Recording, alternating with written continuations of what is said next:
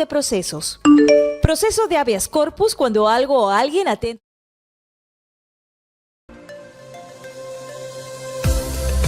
El Centro de Estudios Constitucionales, CEC, es el órgano de apoyo académico y de investigación del Tribunal Constitucional. A través de diversas actividades, fomenta el debate, el conocimiento y difunde la jurisprudencia relacionada a temas constitucionales y de derechos humanos. El director general del Centro de Estudios Constitucionales es el magistrado Helder Domínguez Haro. Alex Ulloa Ibáñez ocupa el cargo de director académico, Nadia Iriarte Pamo es la directora de Estudios e Investigación y Orlando Curaca Con es el director de Publicaciones y Documentación. El Centro de Estudios Constitucionales, a través de su portal web institucional, brinda al ciudadano diferentes publicaciones académicas sobre investigaciones constitucionales y temas jurídicos afines, además de mantenerlo informado acerca de las actividades académicas y noticias relacionadas al Centro de Estudios Constitucionales.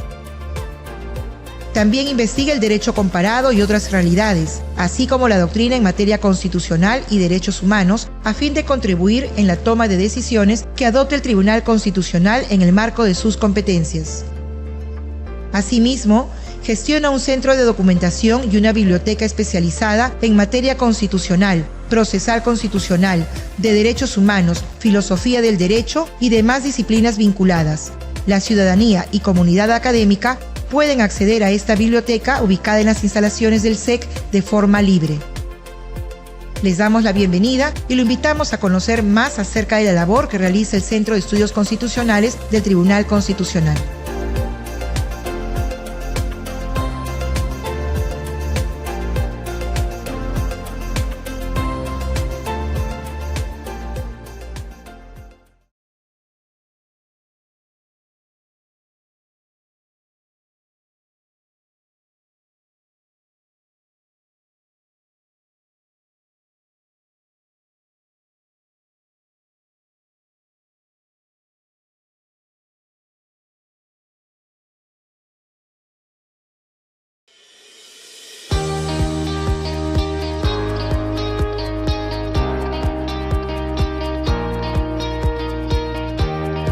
Conferencia Pensiones y la Constitución. Expone Víctor Hugo Montoya Chávez, jefe de la Oficina de Normalización Previsional, ONP.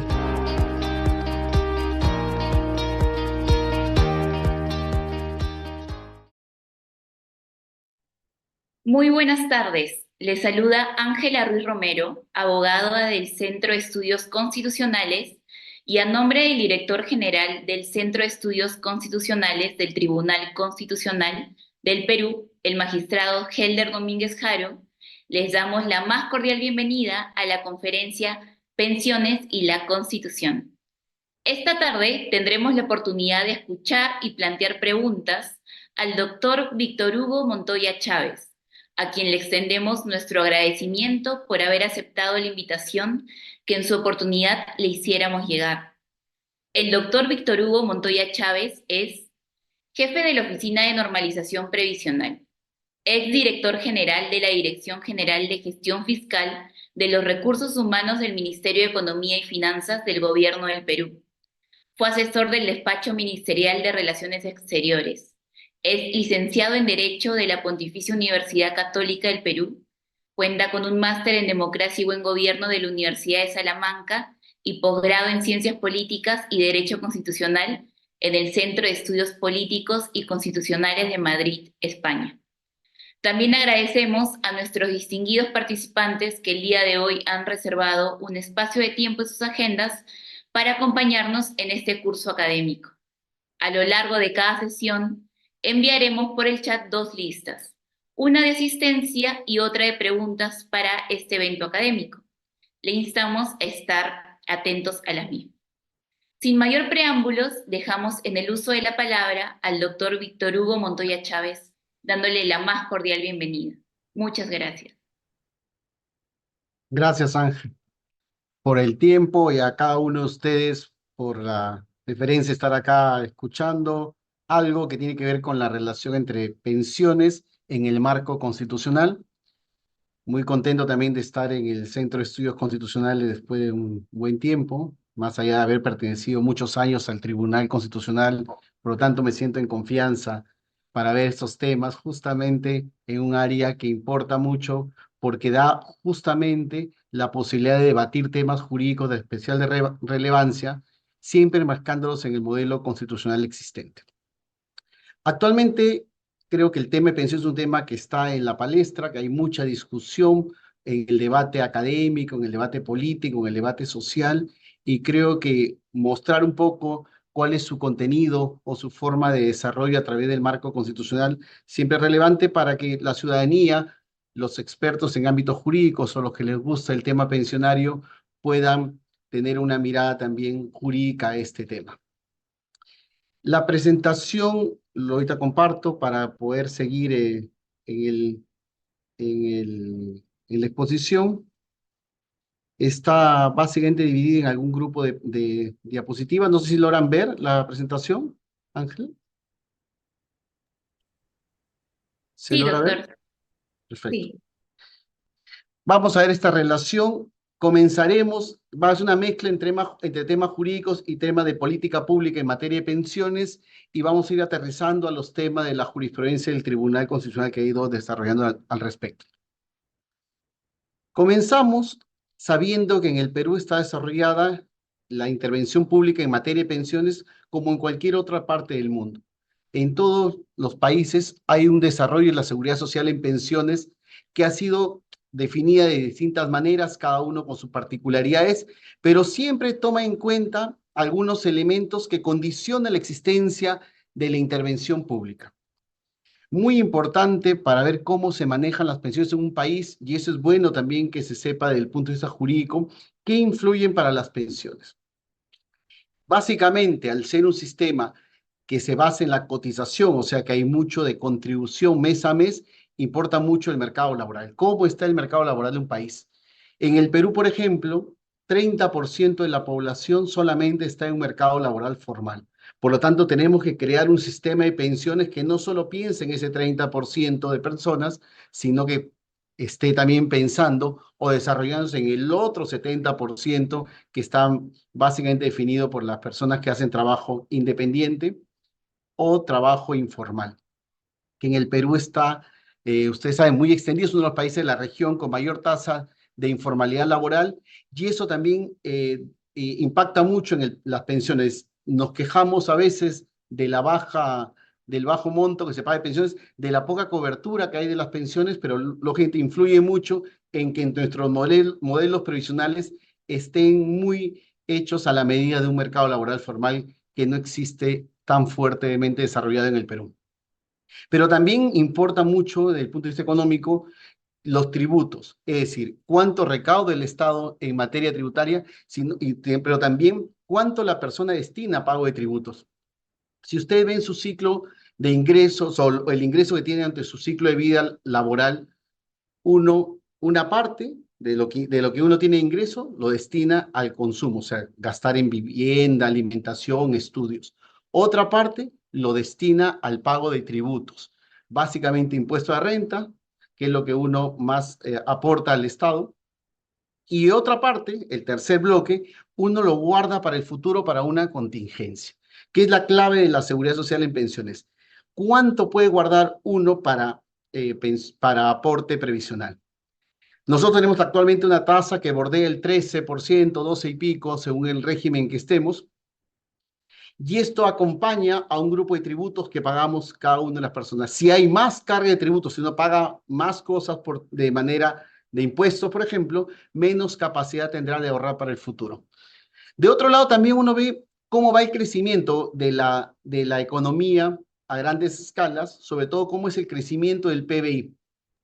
¿Por qué? Porque es importante, porque las pensiones, en el modelo que exista, hay una fuerte subvención de parte del Tesoro Público en gasto de pensiones. Entonces, tiene que ver cómo va a estar en el futuro el PBI. Los sistemas de pensiones, normalmente, si creáramos ahorita un nuevo régimen de pensiones, ese tendría su fruto en 40 años, porque recién verías el éxito de un sistema previsional de una persona que ingrese a 25 años a laboral y se jubila a los 65 años. De 40 años tenemos de expectativa. Entonces tenemos que ver qué ha pasado con el dinero en esos 45 años. ¿Ha habido crecimiento? ¿Cómo está el tipo cambiario? ¿Cuál ha sido el nivel de la inflación? ¿Permitirá más ingreso de la persona o no? Todo eso se mira para a la hora de construir una intervención pública en materia de pensiones, que no es algo solamente de un momento determinado, que doy una regla y con eso cambié y todo tiene resultado inmediato. No, es un sistema que tiene que madurar, un sistema que requiere el paso del tiempo para tener éxito y por lo tanto las condiciones macroeconómicas son importantísimas. De otro lado está el tema demográfico. ¿Cómo es la pirámide poblacional? Es distinto manejar un sistema de pensiones con muchos trabajadores y pocos adultos mayores, como ha sido en el siglo pasado, una pirámide clásica, donde los trabajadores lograban aportar lo que se pagaba de pensiones al grupo más pequeño que estaba en la cúspide de la pirámide, que eran las personas adultas mayores o las que dejaban de trabajar. Pero si se invierte la pirámide, como pasa en muchos países de Europa, y son pocos los trabajadores y muchos los jubilados, ya se complica de cómo va a salir el pago de las pensiones porque las personas no han podido ahorrar durante su vida laboral o no pueden pagar lo que actualmente están laborando, el costo de las pensiones. Esto se le llama la posibilidad de manejo de la sostenibilidad del ingreso de los aportes frente a lo que se gasta en pensiones, se llama bono demográfico. ¿Cuánto aguanta un país para hacer ese traslape entre el aporte y el pago de las pensiones? ¿Cómo será la esperanza de vida? ¿La gente vivirá más o menos? No es lo mismo tener una pensión de 65 a 75 años si la esperanza de vida fuera 75 a si la esperanza de vida fuera 85, porque ya no se tendrá que aportar lo mismo si es que si la esperanza de vida pasa a 85 años, porque ya no son 10 años que se pagan pensiones, sino se pagarán 20. Entonces hay un impacto muy fuerte en las finanzas públicas. Y hay otros temas también que empiezan a tener efecto en las pensiones. El tema migratorio, ¿no? Cómo incorporamos a la vida social la migración, sobre todo la inmigración. Perú es un país que después de muchos años ha sido receptor de migrantes. Entonces, cómo se inserta en el mercado laboral, que hemos estado hablando hace un momento, pero también cómo permite esto modular un poco la pirámide poblacional. Se calcula que más o menos el 85 a 90% de los migrantes se quedan en un país, ¿no? O sea, que no es que llegan y son ave de paso y van a otro lado, van a regresar a su país de origen, no, la mayoría se queda. El ámbito social también es importante. El ámbito social es muy relevante, dada la diferencia muy fuerte que existe en un nivel de desigualdad que se mide a través de un índice de Gini, y cómo es el grado de pobreza, cuántas personas necesitan apoyo, cuánto sabemos que no van a llegar a tener un aporte suficiente para tener pensiones, cuánto puede aportar la gente según su nivel cultural, que también impactará en el mercado laboral, cómo es el grado de interculturalidad, cómo se maneja el tema de las personas que están en una situación de pueblos indígenas o de pueblos originarios, o cómo serán la población afrodescendiente y tendrán acceso o no al mercado laboral y su situación frente a la sociedad en su conjunto, ¿no?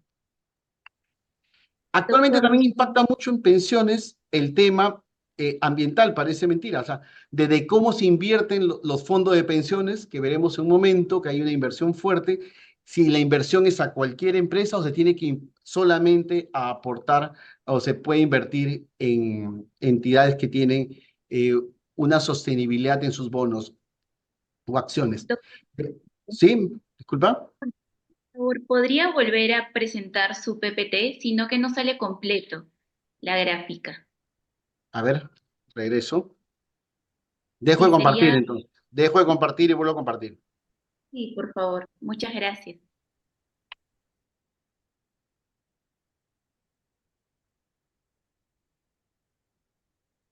Ahora se ve. Sí, ahora sí, doctor.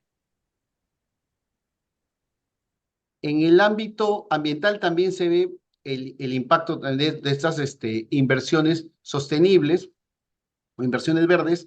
También vemos el impacto en medida de remediación. Si cada vez hay más situaciones como las que están pasando ahora de temas ambientales, lluvias, inundaciones, desastres naturales que pueden afectar a la economía, eso también hace que el tema pensional se vea afectado porque hay menos capacidad de gasto público. Y otro tema, no menor, es el tema jurídico, es otro que impacta muchísimo. Hay reglas establecidas que nos hacen hacer que la intervención pública tenga algún tipo de parámetro jurídico, especialmente constitucional, que nos dicen los modelos que tiene un país. Y eso es justamente relevante para lo que estamos viendo ahora, ¿no? El ámbito jurídico constitucional Es algo muy importante en materia previsional. Ciertas cosas solamente se pueden hacer, como podrán ver ahorita, porque tenemos un Estado social y democrático de derecho, desarrollado en la Constitución, en el artículo 43 y también en la sentencia 008-2003 ahí, y que lo liga con las pensiones en la sentencia 0050-2004 ahí, donde ven el modelo que tenemos de Estado, porque es un modelo que basa parte de su estrategia en el ámbito social, y esto es muy relevante para el tema de pensiones. Pero también estamos en una economía social de mercado. Una economía que, como bien saben, que permite al mercado actuar, pero que a la vez logra hacer que el Estado intervenga para atacar los fallos del mercado en una lógica de eficiencia, pero también un ámbito de equidad para lograr solventar o hacer revertir las cuestiones de inequidad que puede existir en el mercado. Esto también está desarrollado en la Constitución, el artículo 58, y también lo liga al ámbito previsional, la sentencia 0050-2004 ahí, la que habla de reforma de la 2530. El otro tema es muy importante, el modelo que tenemos de finanzas públicas. Las finanzas públicas es relevante.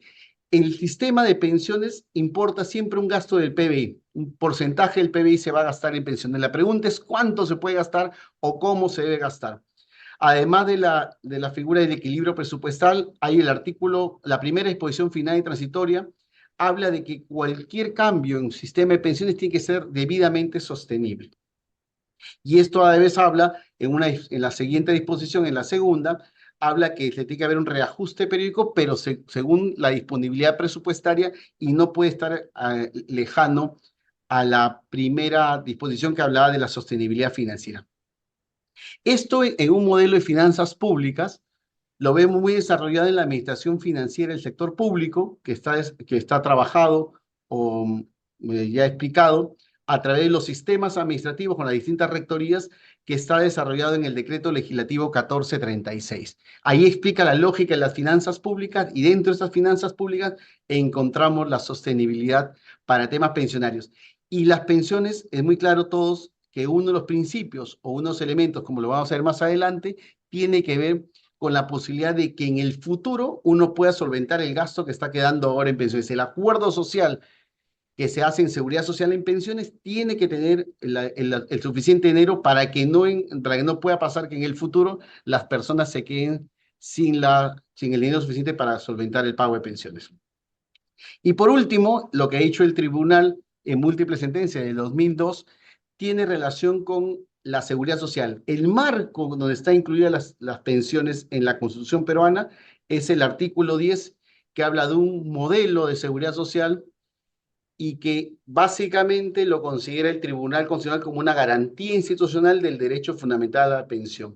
Bajo una lógica de teoría institucional de derechos fundamentales, usa el concepto de garantía institucional como todas estas herramientas o estas fórmulas de trabajo que tienen o de sistemas que tienen que permiten el ejercicio de un derecho fundamental. Y el Tribunal Constitucional ha desarrollado desde hace mucho tiempo a la seguridad social como la garantía institucional de las pensiones.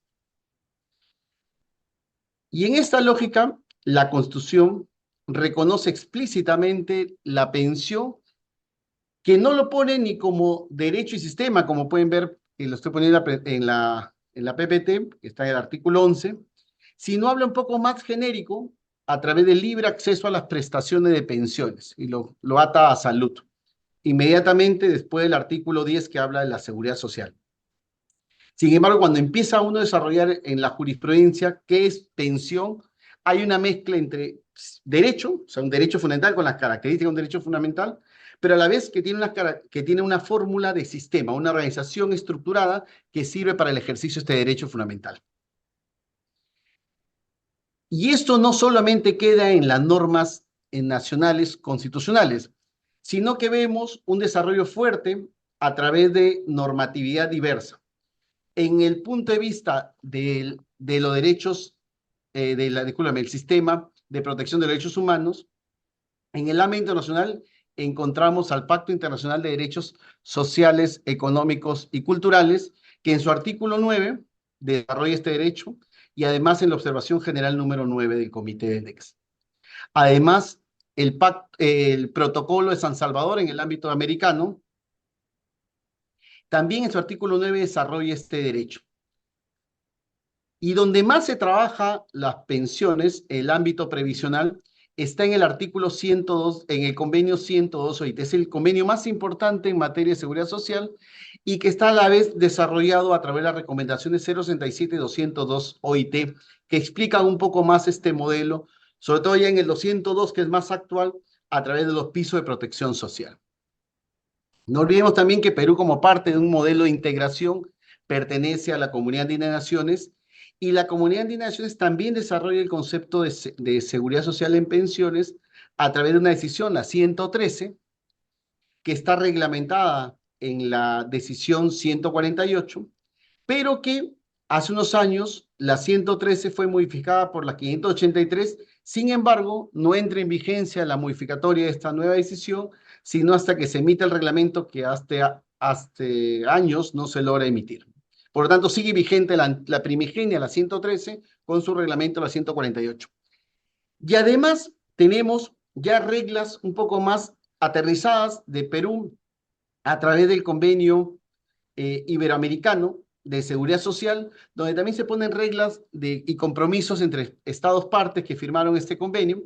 Y además tenemos 6 tratados que regulan la seguridad social de manera bidireccionada, con Chile, Corea, Uruguay, Argentina, España y Canadá, que permiten cálculo de prestaciones, suma de prestaciones entre las personas que aportan a 2 modelos distintos de seguridad social en pensiones. Y todo esto que ven ya se ve complejos, la verdad hay muchas reglas, y acá estamos hablando de reglas generales, o sea, los conceptuales, no estamos hablando de reglas concretas de los regímenes y sistemas previsionales. Son las generales, o sea, las que dan fortaleza a la lógica constitucional y la que concretiza un poco el artículo 11, sino que estas se ven apoyadas por jurisprudencia, especialmente jurisprudencia internacional. La Corte Interamericana ha tenido casos que hablan de pensiones, ha ido migrando de decir que las pensiones era una fórmula de propiedad o una manifestación de propiedad, a decir que existe realmente pensión. O el Tribunal Constitucional, que tiene una gran cantidad de sentencias de diverso tipo, que van en distintas direcciones, también no hay que negarlo, que ha desarrollado y en algunos casos creado conceptos muy importantes de pensiones. Y además, en el ámbito administrativo, el Tribunal Administrativo Previsional, que pertenece a la ONP, pero que tiene autonomía para resolver los casos, también emite jurisprudencia e incluso emite precedentes vinculantes que son interesantes para ser conocidos, porque analizan ya desde el punto de vista operativo de la administración cómo se entienden los derechos fundamentales y trata de equiparar no solo los que régimen 1990, sino algunos 2530, 18846, correcto. Todo eso que hemos visto, conceptual, nos lleva primero, antes de seguir avanzando, a entender un poco cómo funciona o cómo está estructurada la intervención pública en el Perú. Es una intervención pública compleja, con muchos modelos, con muchos regímenes, que muchas veces no se comunican y que es lo que tenemos ahora y que con eso lidiamos. Tenemos un modelo contributivo que está compuesto de 2 tipos. Los regímenes clásicos, a los que se hace referencia el convenio 102 de la OIT, en que tiene 2 tipos de modelos. Uno abiertos, o sea que cualquier persona puede ingresar, y otros cerrados que está pensado en ciertas características y que dan algunos tipos de consideraciones, dada la dificultad del trabajo, la complejidad de la labor que se realiza y alguna protección tuitiva o una acción tuitiva de parte del Estado porque requiere protección especial los titulares. Por ejemplo, en los regímenes especiales, de acá regreso a los abiertos, vemos los regímenes dentro del Sistema Nacional de Pensiones, los mineros, construcción civil, pilotos, marítimos, cuereros, amecasa. Hay regímenes militares, el antiguo, la 19846 y el régimen 1133, el régimen diplomático, los pesqueros, básicamente el TEDEP, que era la caja del pescador, o el REP, que es el nuevo modelo que existe actualmente, el régimen cerrado ya de la 2530, pero que aún tienen afiliados y aportantes y tiene muchos pensionistas, y hay otros regímenes chiquitos que todavía existen con fondos especiales, ¿no? LUSA, Banco de la Nación, regímenes que se crearon en su momento y que subsisten hasta la actualidad con algunos o muy pocos pensionistas, pero existen. Los importantes son dos: sistema privado, sistema nacional de pensiones, porque la persona opta al inicio de su vida laboral entre uno de estos dos sistemas. Eso no requiere características especiales de trabajo, sino simplemente la persona en situación de independencia, de independiente o informal o trabajador dependiente, cuando comienza a trabajar, opta por estos sistemas que son los que tiene básicamente la mayoría de personas afiliadas a los sistemas previsionales. Y por otro lado están los seguros, la 18846, y el seguro que lo reemplaza el SCTR, o Seguro Complementario de Trabajo de Riesgo, en el ámbito de pensión. Pero a la vez tenemos modelos no contributivos. Los principales son los programas que a cargo del MIDIS, como Pensión 65 y Contigo, o algunos que dan asistencias especiales por orfandad, que lo maneja el MIMP, y otras asignaciones raras que se han ido creando en el tiempo. Ya habrán escuchado, porque está en debate últimamente, las pensiones para expresidentes, las palmas magisteriales, la bonificación por la campaña del 41, pensiones de gracia que se dan a algunas personas de alguna actividad importante que han desarrollado para el país, pero ninguno de ellos, todos los que están viendo abajo, han aportado nada. Los modelos que normalmente estudiamos son los contributivos, pero ha ido ganando espacio en los últimos años los programas no contributivos, especialmente Pensión 65, que tiene un grupo importante de personas que reciben una pensión corta, pero pensión al fin y al cabo.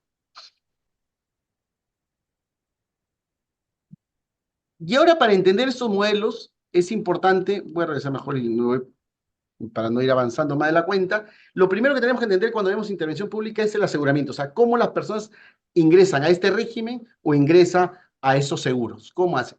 Es importante, dado que el modelo de pensiones es un modelo que te exige aporte, que es un aporte obligatorio, no es que te guste, y a la gente no le gusta aportar.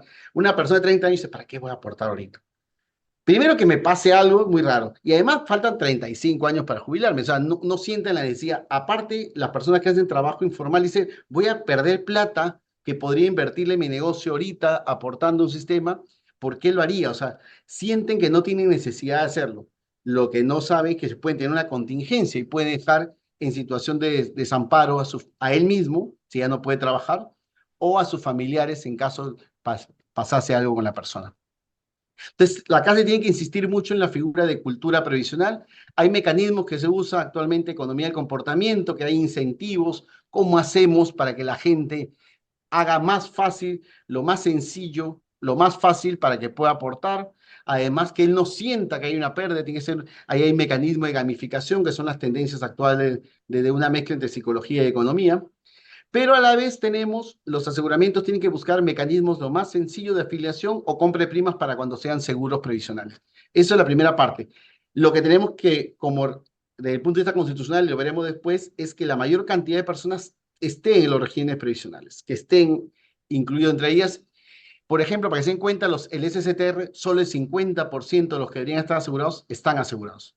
Es como el SOAT, ¿no? Todos deberíamos estar comprando SOAT, pero no, acá el 50% tiene un seguro de SCTR y el otro 50 no. Y si le pasa algo a la persona, lo que tendrá que ocurrir es que haya una cobertura supletoria, es decir, que lo asume el Estado con los impuestos de todos nosotros y tendrá que pagar lo que no hizo el empleado, ¿no? De otro lado está la cotización. En cotización es muy importante. Hay tres elementos, creo, centrales. ¿Cuánto se va a aportar? Ahí vemos las diferencias que hay según lo que se trabaja mucho, sobre todo en el ámbito ITC, que haber un aporte tripartito, o sea, entre Estado, empleador y afiliado. En el Perú es totalmente, en la mayoría de casos, de afiliados, sobre todo en el sistema nacional y en el sistema privado de pensiones. En algunos casos hay aportes también del empleador. Por ejemplo, en el REP, el pesquero tiene aporte del empleador. En el sistema, los regímenes militares, policiales también hay aporte empleador. O para el fondo minero también hay un aporte del empleador. Pero la característica esencial es que hay un aporte del afiliado. En el seguro complementario también lo paga exclusivamente el empleado. Y esa segunda, ¿quién aporta? La otra es cuánto aporta. O sea, el monto del aporte, decíamos que no es lo mismo aportar cuando la esperanza de vida era 75 años a que cuando sea 85. pero en el tiempo no ha modificado, hace muchos años no se ha recalculado la tasa de aporte, ¿no? Entonces la pregunta es, ¿con lo que aportamos nos alcanza para tener una pensión después? Y la pregunta es, ¿quién recauda además, ¿no? ¿Cómo se recauda? ¿Qué mecanismos tenemos de recaudación? En el ámbito Sistema Nacional, por ejemplo, recauda SUNAT con una característica esencial que se considera tributario el aporte previsional. Entonces se hace una ficción ahí, y tiene característica de cobro y recupero por parte de la administradora de tributos. La tercera parte es qué prestaciones va a brindar el régimen. Hay de derecho propio, que son las que los propios afiliados, a los mismos aportantes, los que están asegurados, reciben a su favor, o los que tienen a su cargo a los familiares, ¿no? Que son normalmente pensiones de sobrevivencia, ¿no? Y además hay otras prestaciones que son complementarias, adicionales, bonificaciones, FONAPU, o la bonificación por edad avanzada, algún tipo de prestación distinta a las de estrictamente previsionales. Bueno, De otro lado, está el financiamiento. ¿Cómo se financian eso? Básicamente encontramos tres, no son las únicas, pero tres fuentes principales de financiamiento. Está los aportes, o sea, lo que las personas mes a mes aportan. La rentabilidad de los fondos, cuando estos fondos, ahí se ve más claro, ustedes se lo entenderán mejor en la SIC, en la cuenta individual de capitalización de las AFPs, el aporte que tiene uno lo van invirtiendo y la inversión tiene rentabilidad y se incorpora a tu cuenta. En el Sistema Nacional tenemos el FCR, que tiene un aporte también y rentabilidad. Y lo otro, lo que falte, normalmente es cubierto por el Tesoro Público, ¿no? También están las aseguradoras que aportan para el SCTR, por ejemplo. Y todo esto, alguien lo tiene que administrar. O sea, ahí las administraciones cambian mucho, ¿no? Hay administradoras privadas, administradoras públicas. Aparte de la ONP está los ministerios de Interior y Defensa, apoyado en la caja militar policial para el tema de los regímenes militares. Está el mismo Ministerio de Relaciones Exteriores para diplomáticos, o todas las entidades y empresas públicas que tienen a su cargo afiliados al régimen 2530. Entendido esto, vamos a regresar un poco ya a los temas jurídicos. En el ámbito del derecho fundamental a la pensión, esto que hemos explicado de manera general con estas características, lo que se ha dicho que hay principios que guían, un principio muy importante de solidaridad. Ahí, por ejemplo, ha entrado a cuestionarse si el sistema privado de pensiones es un régimen o no previsional, o sea, que está en la lógica de seguridad social. Y el tribunal ha sido muy crítico de esta figura, por más que en un modelo original estaba considerado como lógica de seguridad social, pero últimamente ha cambiado la jurisprudencia del tribunal. Y ya mirando estos principios generales que están desarrollados básicamente en jurisprudencia, como también el reglamento unificado de las normas que regulan el Sistema Nacional de Pensiones, vemos que hay dos cosas importantes, que hay un grupo de personas que son las principales beneficiarias del derecho a la pensión, como son las personas adultas mayores, las personas con discapacidad o los niños y adolescentes, pero a la vez el tribunal ha trabajado el ámbito objetivo. Cuando desarrolla la reforma constitucional del régimen 2530, una de las características que dice el tribunal para que pueda analizarse la reforma de pensiones, ver si ésta afectó el derecho fundamental. O sea, no puede haber una reducción del derecho fundamental. Entonces, cuando se ponía un tope de 2 UITs como pensión máxima en el régimen 2530, el tribunal analizó y dijo, y esto, como hay personas que ganan más de 2 UITs, cuando le reduzcan al titular de la pensión, ¿se estará haciendo algo regresivo o no? Entonces el tribunal dijo, no vas a entrar por el ámbito de las personas particulares, sino en el modelo o régimen de pensiones. Y considera que la 2530 como tal debería tener un análisis completo a través de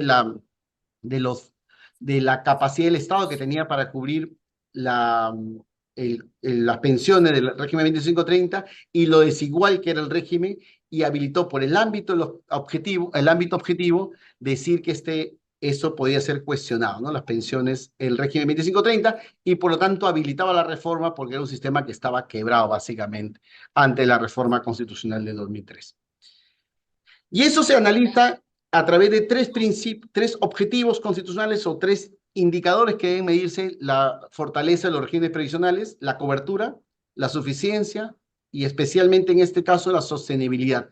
Los tres se complementan, los tres van de la mano y esto es lo que tenemos que verlo también cuando analicemos cualquier cosa que tiene que ver con la intervención pública en pensiones. Y voy a analizar ya para ir terminando cada uno de ellos. Sobre cobertura, vemos cobertura es cuántos afiliados tenemos y cuántos pensionistas tenemos. Lo que te dice la norma, lo que te dice la jurisprudencia como contenido esencial o contenido constitucionalmente protegido del derecho a la pensión, habla de que hay un acceso al sistema, o sea, pertenecer al sistema. Por tanto, mientras más personas estén en el sistema es mejor, es decir, como afiliadas, que estas personas puedan tener pensión, y eso es muy importante que creo que no hay que olvidarnos. En los sistemas contributivos, lo importante es que la persona logre los aportes o las condiciones que te pone cada régimen previsional. Si no lo logra, por más pena que pueda darte la persona, por más acto de justicia que parecería ser que se quede en una situación de abandono, los aportes son los que mandan, porque si no, no sería contributivo, si no sería un modelo no contributivo. Y lo otro es la no privación de las pensiones, ¿no? O sea, si ya tiene acceso, no le puede quitar de manera arbitraria la pensión.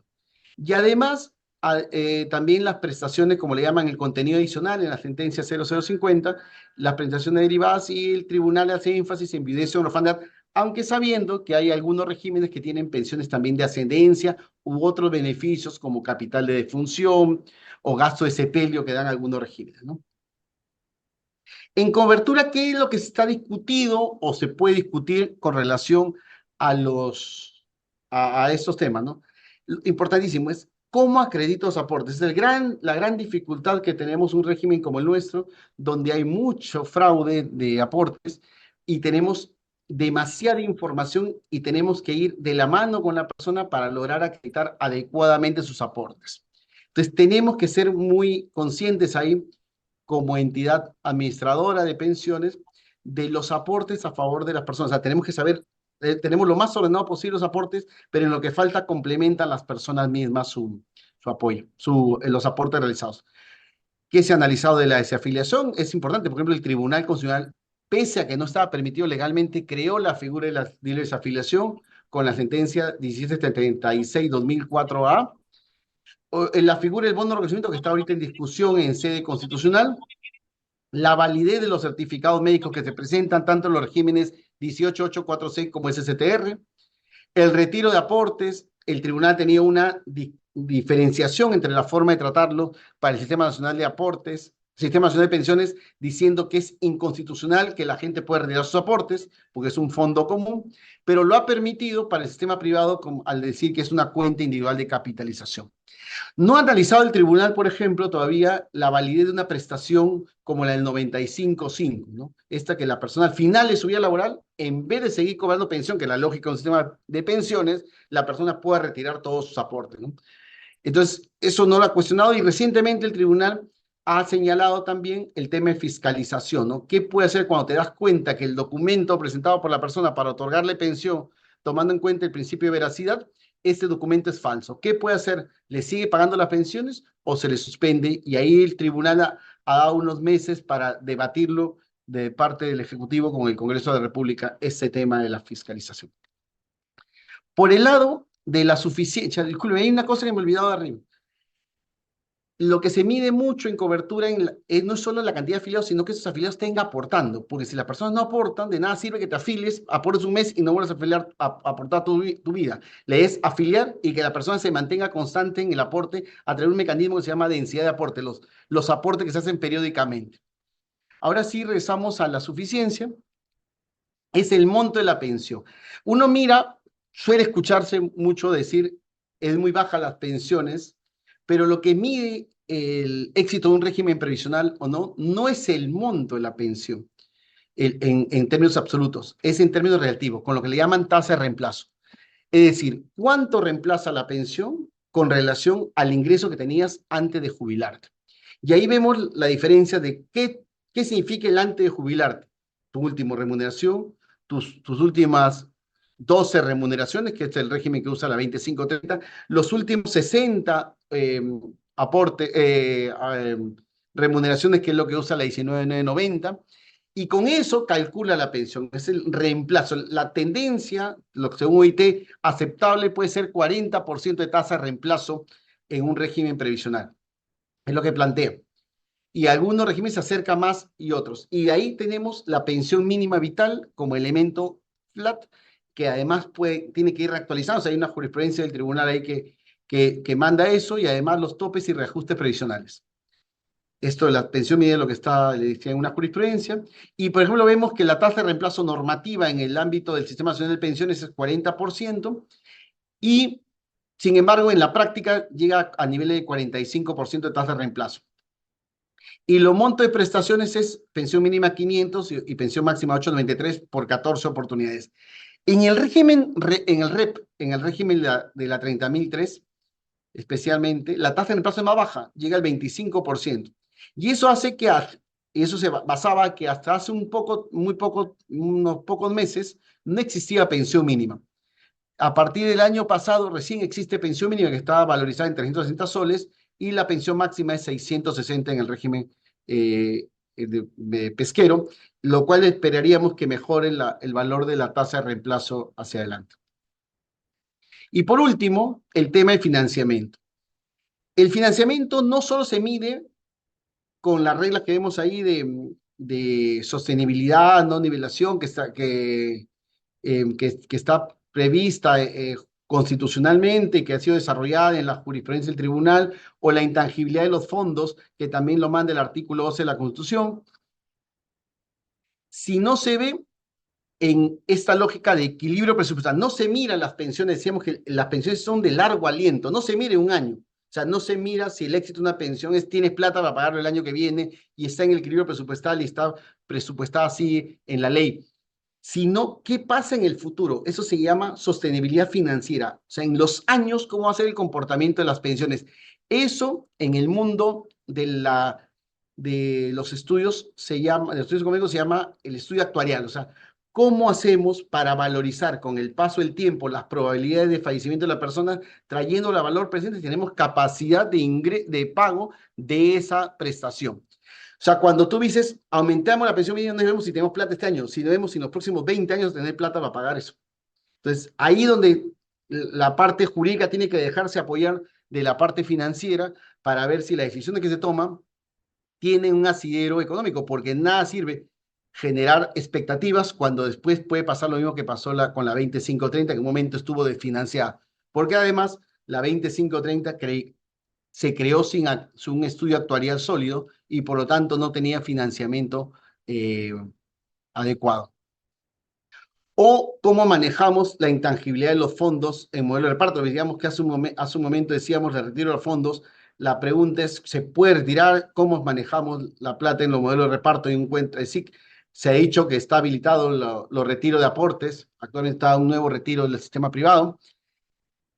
Pero lo importante en este caso es ver el manejo de los fondos, porque lo que estamos ahorrando no es un ahorro para un uso indiscriminado, es un ahorro para que te cubra una contingencia. El modelo de seguridad social se basa en contingencia, la existencia primero de una probabilidad de existencia de un evento, pero a la vez se basa en la existencia de contingencia que cubre riesgos sociales, que no podemos cubrir con nuestro dinero.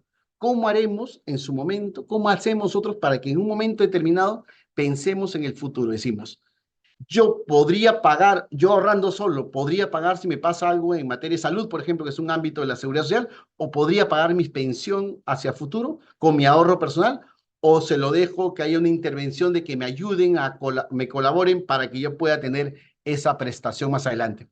Y ahí vemos la existencia de un riesgo social, la imposibilidad de seguir trabajando y de obtener recursos, ya sea por discapacidad para el trabajo o ya sea por vejez. Y cuando suceda la contingencia, o sea, cuando ya no puedas seguir trabajando, hay una invalidez, o ya no puedas seguir trabajando porque llegaste a la edad de jubilación, la pregunta es, ¿podré tener los recursos suficientes para eso o no? Entonces yo te obligo a ahorrar, así está la lógica del sistema de seguridad social a nivel mundial, yo te obligo a ahorrar para que en el momento que ya no pueda hacerlo, a través de administradoras públicas o a través de administradoras privadas, ya sea cuenta individual o ya sea fórmula de reparto, podamos cubrir esa esa contingencia y podamos tener el dinero suficiente. ¿Qué pasa normalmente? Yo no sé, yo no podría ahorrar solito, porque hay muchas cosas que distorsionan mi ahorro. De decir que no me parece importante, de si siendo ordenado, ¿cuánto ahorraría? No sé cómo va a crecer, cómo va a estar el PBI hacia adelante, no sé cómo va a haber esa inflación, no sé si estoy en los años 80 y ahorro y después mi plata no vale nada, no sé si me va a pasar algo en el camino y me va a ocurrir un accidente y no puedo ir trabajando, no sé cuánto tiempo voy a vivir, entonces no sé cuánto acumularé, no sé cuánto será mi ingreso hacia el futuro. Entonces hay muchas cosas que nos llevan a tener que entender que la seguridad social en pensiones importa mucho, el desarrollo de una estructura institucional que deriva en un derecho fundamental y que eso es lo que tenemos que proteger en una mezcla entre coberturas a mayor cantidad de personas posibles que estén en el sistema y que después sean pensionistas, la mejor pensión posible, que también significará mayor aporte de cada uno de nosotros para que podamos tener mejor pensiones y que esto no genere un riesgo para el fisco nacional y que esté sostenible, ya sea con autosostenibilidad, o sea, con un sistema tipo privado, o que venga una intervención del Estado a través de un aporte del sector público que sea controlado, en que mezcle pensiones no contributivas con pensiones contributivas y esté más armonioso. Bueno, sin más, ahí le dejo, he dado algunas ideas generales sobre temas de pensiones, mezclándolo con el ámbito constitucional. Espero que sea de utilidad el tema. Gracias.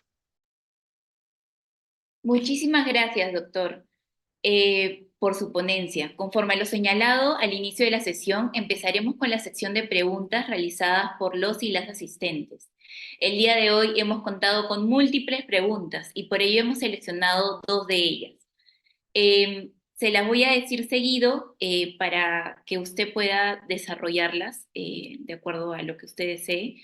La primera de ellas es de Alex Giovanni Albornoz Soto. Él señala, uno que está afiliado a ONP puede desafiliarse con todo su aporte para ir a un privado. Y nuestra segunda pregunta es de Sol Belén Aguilar Espinosa. Ella pregunta, ¿cuáles son las condiciones necesarias para el goce de la pensión si es un derecho fundamental? Con relación a la primera, el problema que tenemos en el Perú es que son 2 regímenes, el privado, el público y el privado, que son incompatibles, tienen estructuras distintas, forma de aporte distinto, forma de condición distintas, estructura de fondos distintas, y por lo tanto, lo que sucede es que son sistemas que no se conectan.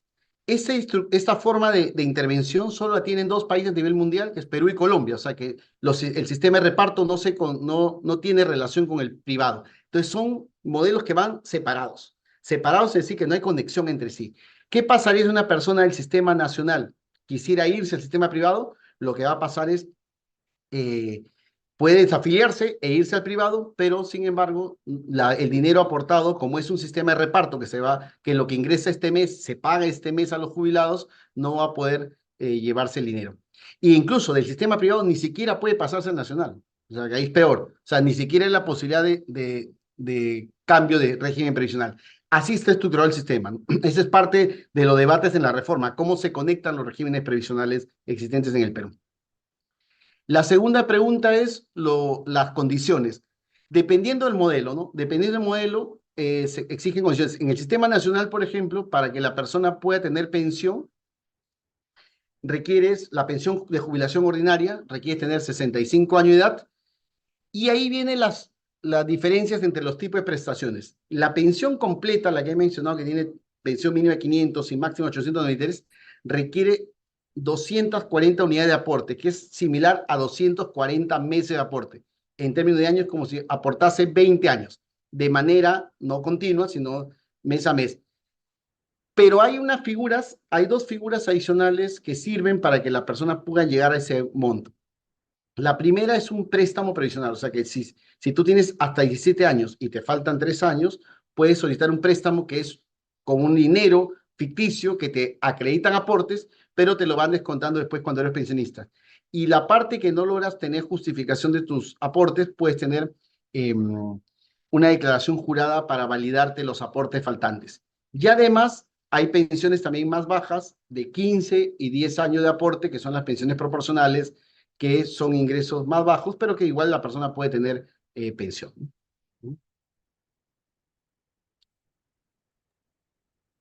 Muchísimas gracias, doctor. Esperamos contar con su presencia en una próxima actividad académica. Y con ello nos despedimos haciendo extenso nuevamente nuestro agradecimiento a todos y todas las asistentes. Gracias.